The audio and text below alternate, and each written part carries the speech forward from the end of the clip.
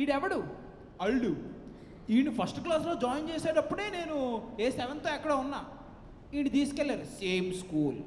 అక్కడ స్కూల్ అంతా చాలా రిచ్గా ఉంది. లోపలికి వెళ్ళిన తర్వాత అందరూ ఇంగ్లీష్లో మాట్లాడుతున్నారు. మధ్యలో ఒక ఆయా ఉంది అక్కడ. ఆమె ఇక్కడ ప్రిన్సిపల్ గారి రూమ్ ఎక్కడ అంటే ఐ డోంట్ నో అంది. అమ్మని ఇదే స్కూల్ రా నాయనా, పేపర్లు కూడా ఇంగ్లీష్లో మాట్లాడుతున్నారు, నాకేం అర్థం కావట్లేదు.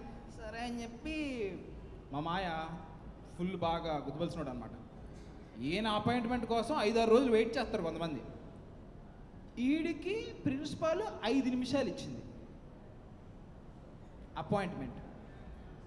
నేను అమ్మ నీకు 5 నిమిషాలు ఏంటి మాయా అంటే ఊరుకోరా, పిల్లలన్న తర్వాత తల్లిదండ్రులు బయటే, మనం లోపలికి వస్తే అంత ప్రతాపం ఉండకూడదు అన్నాడు. అబ్బో ఇదేదో బాగుంది చూద్దాం అని చెప్పి లోపలికి వెళ్ళాం.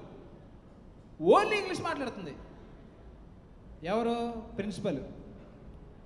ఎస్ అంటున్నాడు. మా మాయకి పాపం ఇంగ్లీష్ రాదు, నాకు వచ్చు కానీ తిరిగి మాట్లాడడం రాదు. అదొక బ్యాడ్ సిచ్యువేషన్.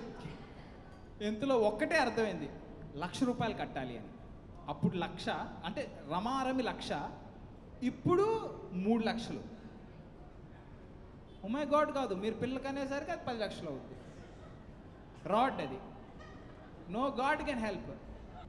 నేను కొంచెం చొరవ తీసుకుని, మా డాడీ ఉంటే కుత్తా నోరు మూసుకుని కూర్చుంటాడు అక్కడ, వేరుగా ఉంటుంది అక్కడ పరిస్థితి. లాస్ట్లో నేను మేడం ఇదంతా కాదు, వై దిస్ మచ్, ఏంటి this much, why this much money madam, why not small money అన్నాను.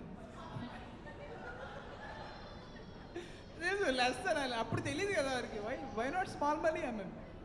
దానికి అర్థమైపోయింది, పెద్ద బంగాళదుంపని అర్థమైపోయింది.